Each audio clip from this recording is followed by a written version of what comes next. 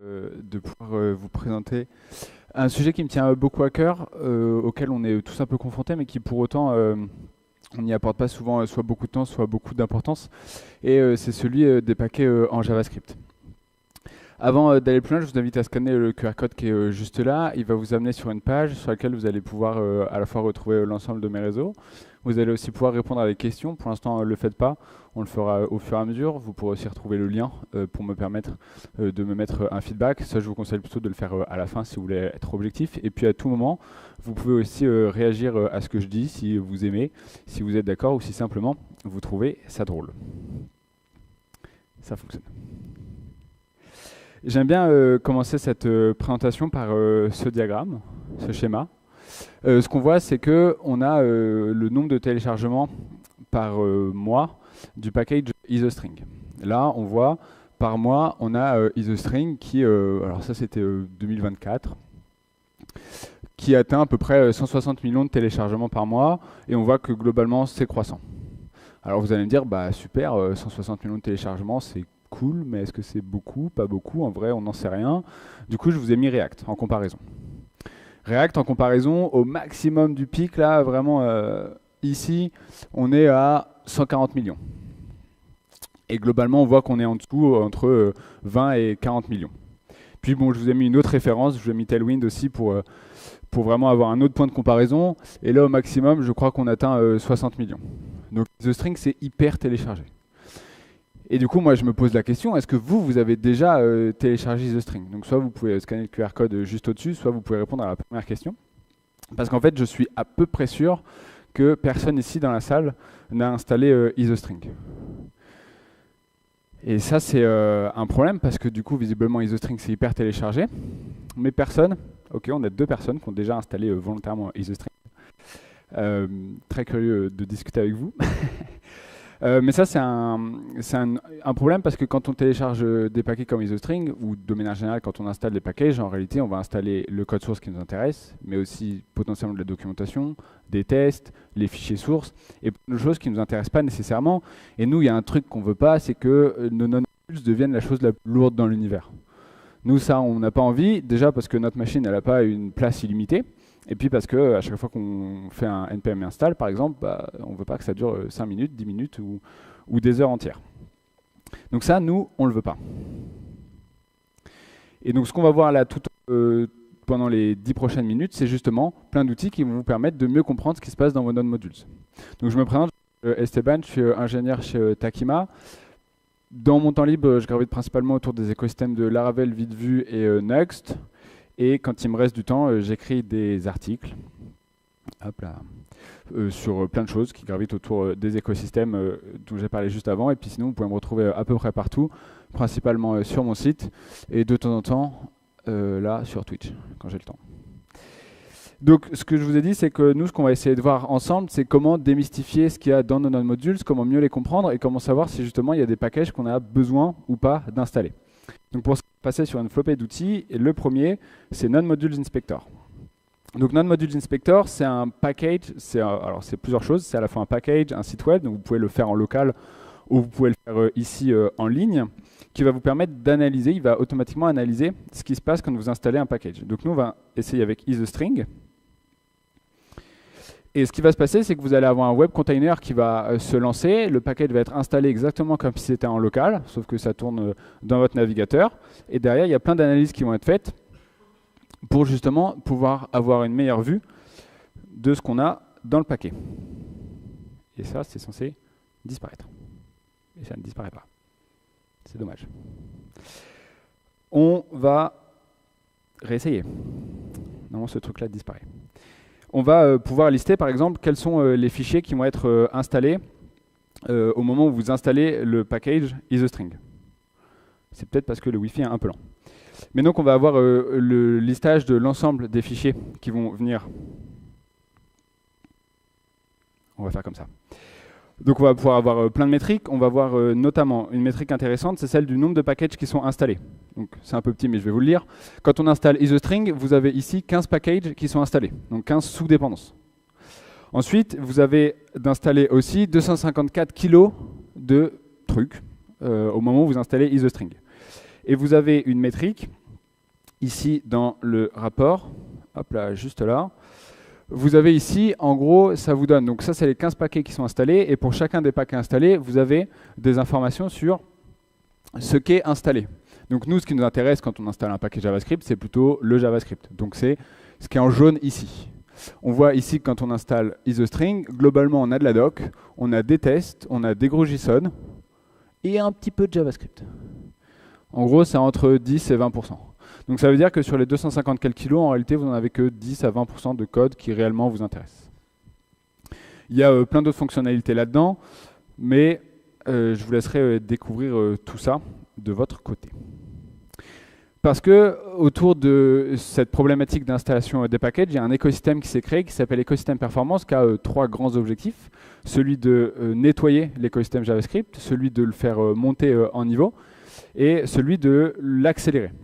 Et pour ça, ils ont différentes initiatives. La plus connue, c'est celle où ils vont aller voir des paquets, des mainteneurs, et ils vont aller leur faire des pull requests pour leur dire bah, « attends, plutôt que d'utiliser ça, tu devrais utiliser ça ». Et tout ça est traqué dans un repo dans lequel il y a des issues qui permettent de tout lister et de tout suivre. Ils l'ont fait par exemple avec Storybook, et on ira voir à la fin un exemple de comment les dépendances de Storybook ont évolué. Quand ce n'est pas possible, parce que le mainteneur maintient plus le projet, ou que il y a en réalité une possibilité de faire mieux avec les nouvelles API, ils vont carrément forker le projet, ou carrément le réécrire entièrement, dans une version beaucoup plus moderne. Et enfin, il y a une dernière chose qu'ils font, c'est qu'ils vont mettre à disposition du tooling, donc que ce soit des règles SLint, que ce soit aussi d'autres projets qu'on va voir à la suite, puisque NodeModules est né entre autres après différentes initiatives. Ils vont du tooling pour permettre à vous, développeurs, de faire un rapprochement entre des choses à plus utiliser, que ce soit des API natives ou des paquets sur NPM, avec des nouvelles API qui seraient sorties ou des nouveaux paquets qui auraient été réécrits. Donc ils ont comme ça une grande base de données qui fait un lien entre des trucs à plus utiliser et des trucs à préférer. Et donc c'est ce qu'on va voir là, c'est les différents outils qu'ils ont créés. L'un des outils que j'utilise le plus, jusqu'à ce que NodeModules Inspector sorte, c'est Package Size, qui va nous permettre de faire à peu près comme NodeModules Inspector, c'est-à-dire installer le package via un web container et faire toute l'analyse. Ça c'est très pratique, vous installez un paquet, vous ne voulez pas trop vous prendre la tête, vous voulez savoir ce qu'il y a dedans, vous allez sur Package Size, vous l'installez et vous avez tout de suite l'info. Donc là on retombe avec nos 270 kg et nos 15 packages. Donc là on se dit il y a une petite red flag, est-ce que vraiment on veut l'installer? C'est pas sûr. C'est je dirais la précédente version de NodeModules Inspector. Le site d'après, c'est DebTree. Donc lui, c'est un tooling qui est un peu différent parce qu'il se base justement sur cette fameuse base de données entre les trucs à plus utiliser et les trucs à utiliser. Et donc en installant IsoString, où vous pouvez carrément uploader votre package.json, il va aller télécharger toutes les sous-dépendances et faire le lien entre cette base de données et les sous-dépendances pour vous dire attention, ce truc-là, il a un remplacement natif, donc en fait, tu n'as pas forcément besoin de l'installer, ou en fait, c'est un micro-utility, donc tu pourrais toi-même écrire le code ou juste pas l'installer parce qu'il y aurait d'autres remplacements. Par exemple, pour IsoString, vous pourriez faire un type-of, votre objet est égal à une string. Voilà. Mais vous en avez d'autres parce que IsoString, bah, c'est facile, IsoString, on sait ce que ça fait, c'est écrit dans le nom. Mais vous avez par exemple ES-error, qui peut être remplacé par des choses plutôt natives, comme error, eval-error ou d'autres, ou function bind, dont on ne se dit pas tout de suite ce truc-là on peut le remplacer. Ben là, vous pouvez avoir l'info. Et on en a d'autres comme ça, à symbole, et tout cela qu'on pourrait remplacer. Donc ça, c'est pratique, et en plus de ça, vous pouvez remplacer, enfin vous pouvez uploader votre package.json. Toute la base de données donc, utilisée là, elle est aussi disponible via une règle SLint. Donc vous pouvez mettre une règle SLint dans ESLint. Et automatiquement, quand vous installez un package, ESLint peut vous crier à la tête, là ce que tu installes, en réalité, tu pourrais installer mieux. Et puis enfin, le dernier que j'aime bien regarder aussi, c'est NPM Graph, qui va me permettre de visualiser le graphe de dépendance et de sous-dépendance d'un projet sur NPM. Et là, plutôt que d'utiliser IsoString, ce qu'on va faire, c'est qu'on va plutôt partir sur Storybook en version 8.2. Alors pourquoi Storybook? Pourquoi en version 8.2? Pourquoi Storybook? Parce qu'à partir de la version 8.2, ils se sont dit, on a quand même un sacré problème, et vous allez le voir. on a peut-être trop de dépendances. Donc de là à de là, ce ne sont que des dépendances. Si on le met sous ce format-là, ça donne un truc comme ça, c'est à peu près 400 dépendances. Donc Storybook, ils se sont dit, il y a un problème à plusieurs niveaux. Le premier problème, c'est qu'il y a trop de dépendances, donc si on a un mainteneur qui nous lâche de l'une de ces sous-dépendances, on est cuit. Ensuite, c'est autant de possibilités de se faire hacker via des attaques par supply chain. C'est aussi une problématique pour vous en tant qu'utilisateur de Storybook, parce que à chaque fois que vous installez Storybook, vous installez tout ça. Et ça veut dire beaucoup de requêtes qui partent, ça veut dire que ça prend du temps, mais ça c'est sur la partie installation. Mais quand vous démarrez Storybook, il faut aussi aller lire tous les fichiers de toutes ces dépendances-là. Donc c'est aussi un Storybook qui va prendre du temps à démarrer. Donc Storybook, ils se sont dit, là c'est pas possible, il y a vraiment un problème pour nous, pour les développeurs qui nous utilisent. Donc ils ont collaboré avec Ecosystem Performance, avec E18E, et ils se sont dit, ok, comment on fait pour améliorer la situation? Ça leur a pris des mois et des mois, ils ont sorti un blog post sur tout ce qui s'est passé. En version 8.4, il y a eu grosse évolution, mais je vais vous montrer directement la version 10, sur laquelle il y a eu au fur et à mesure encore d'autres évolutions. Aujourd'hui, on en est là, on est sur une vingtaine, je crois, de dépendances, avec toujours les mêmes fonctionnalités. Donc ça veut dire que vous, c'est moins d'installation, c'est un package plus petit, c'est un temps de chargement plus rapide, et pour eux, c'est une maintenance largement simplifiée. Et je vous invite à tester avec différents packages que vous pouvez connaître, c'est hyper intéressant à voir. Hop là. Et puis si vous voulez en savoir plus, je vous invite à aller sur le site de E18E directement. Vous trouverez la liste de tous ces outils-là et aussi d'autres informations sur comment ils travaillent et comment vous pouvez contribuer. Parce que ce qui est chouette avec l'écosystème E18E, c'est que c'est un écosystème qui est ouvert, dans lequel vous pouvez soit y aller et prendre des issues et participer, soit si vous êtes mainteneur, savoir comment justement vous pouvez améliorer les dépendances dans vos packages, ou si juste vous êtes développeur dans un projet, savoir qu'est-ce qu'il faut installer, pas installer, qu'est-ce que vous pourriez remplacer. Donc tout le monde peut venir et contribuer, et ils ont un super Discord sur lequel vous pouvez poser des questions, et ils vous répondront. Ils ont aussi donc cette fameuse base de données sur laquelle il y a plein d'outils aujourd'hui qui se basent, dont la règle SLIN, dont le site DebTree, sur lequel vous pouvez aussi aller voir pour comprendre les suggestions qui sont faites de remplacement, notamment parce qu'il y a des readme à chaque fois qui expliquent pourquoi ils le remplacent. Et puis donc vous avez cette fameuse règle SLIN, ce que vous pouvez installer dans vos projets au besoin. Voilà, merci à tous, c'était Esteban, et si jamais vous avez un feedback, c'est juste là. Merci.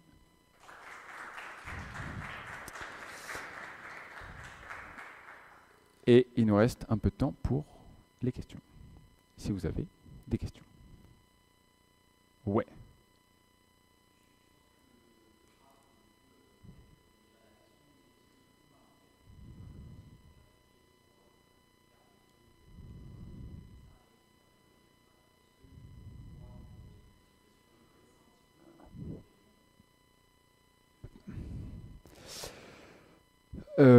Je sais pas du tout. La question c'est, est-ce qu'on voit une décroissance en termes de téléchargement de ces packages-là? Je sais pas. J'ai pas mis à jour le chart. Mais de mémoire de ce que j'ai pu voir, en fait non. Parce qu'on est sur des chiffres tellement énormes et c'est utilisé tellement partout. Et aujourd'hui c'est tellement petit comme initiative au vu de la taille et de l'ampleur de l'écosystème JavaScript que pas trop encore. Pas trop encore, ouais. Puis après, tu as tous les trucs modernes, tout le tooling moderne qui arrive à partir de 2019-2020, n'utilise pas ces packages-là, ou en tout cas essaye de ne pas les utiliser. Et du coup, eux, ils ne sont pas déjà de base dans les comptes. Donc eux, ils ne peuvent pas faire baisser puisqu'ils n'étaient pas dedans de base. Je pense à Vite notamment. Ouais.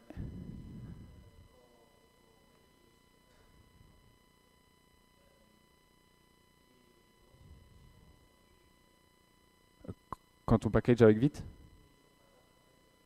quand tu bundles ton projet, est-ce qu'il bundle tout? Du coup, donc la question c'est est-ce que quand Vite bundle un projet, est-ce que toutes les dépendances utilisées sont bundlées? Et la réponse est non. Tu vas avoir du tree checking qui est fait, donc il va choisir uniquement celles qui sont utilisées.